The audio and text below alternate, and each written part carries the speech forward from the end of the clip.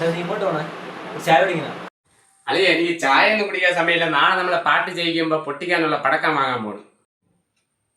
അതിന് നമ്മളെ നാട്ടിൽ ചെയ്യുമ്പോൾ നീയൊക്കെ നിന്നെ പടക്കം വാങ്ങിയാൽ പോണ വേറെ പറ്റിയില്ല നിനക്ക്. അളിയന്റെ തമാശയൊക്കെ കൊള്ളാം. പക്ഷെ നാളെ ബാലറ്റ് പൊട്ടിക്കുമ്പോഴേ കാണുമോ? നാളെ നമ്മ മൂന്നാം കൂടെ വരുമ്പോ നിങ്ങളെ നേതാക്കൾ കുറെ വനവാസത്തിന് പോവല്ലേ? വനവാസം കഴിഞ്ഞ് ഇനി മുതൽ പട്ടാഭിഷേകമാണ്. പട്ടാഭിഷേകം നിങ്ങളെ പാർട്ടിക്ക് ഇനി ഇല്ല, അത് നിങ്ങളെ സ്വപ്നം മാത്രമാണ്. ആ പരിപ്പ് ചേട്ടാ ഈ കേരളത്തിനെ കത്തി വേവില്ല. വേറെയും ചെയ്യും, കമ്മ്യൂണിസ്റ്റ് സർക്കാർ വീണ്ടും വരെയും ചെയ്യും. ഇങ്ങനത്തെ കോമഡി പറഞ്ഞ ചായ മണ്ടേക്കറി ഞാൻ ചത്തുവോ? യഥാർത്ഥിയാണ് പറഞ്ഞത്. കമ്മ്യൂണിസ്റ്റ് വരെയും ചെയ്യും, കേരളം വീണ്ടും ചോക്കുകയും ചെയ്യും. ആര് വന്നാലും നമ്മൾ അടിവിട്ട് ഒരു പ്രയോജനമില്ല.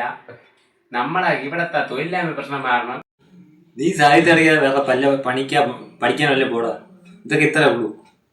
അതിനറിയാൻ ഈ മാസത്തിൽ ഒരിക്കലാണ് അത് ചോദിക്കണം. നിന്റെ സാഹിത്യം തലവേദന എടുക്കുന്നത്. ഞാൻ പോട്ടാ.